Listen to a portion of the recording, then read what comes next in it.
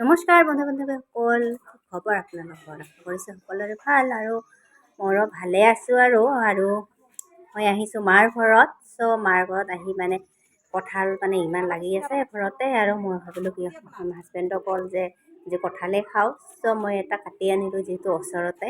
তাৰপিছত হাজবেণ্ডে ধুনীয়াকৈ কাটি কুটি ৰেডি কৰিল, আৰু হাজবেণ্ডে কৈ আছে যে মই আজি বাহিৰতে ময়ে বনাম।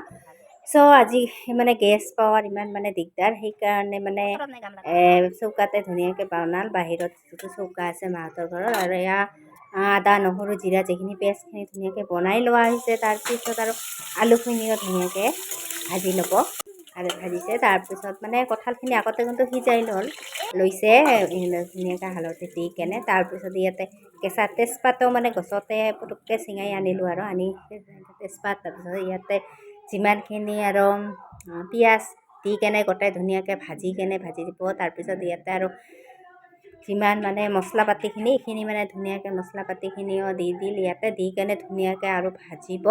আৰু লগতে ইয়াতে যে বাতিত অকণমান লাগি আছে পানী দি কেনে, তাৰপিছত এইখিনি আৰু ভাজি থাকিব লাগিব।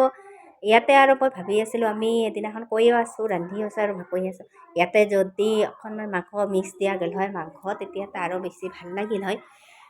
নাই যিখন কি কৰিব, আৰু এনেকৈ আজি পঠাৰ মাংসৰ দৰে কিন্তু হৈছিল দেই খাবলৈ। কিন্তু মাংস দিলেতো সেনেকাই হ'ল হয়।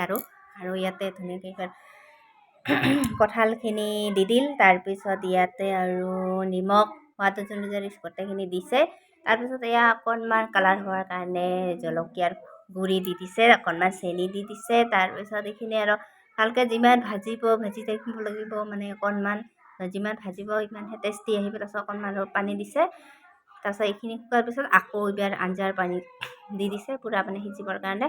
ভিডিঅ'টো চাই কেনেকুৱা পাল, যদি ভাল লাগিল লাইক এটা কৰি দিব, আৰু চেনেলটো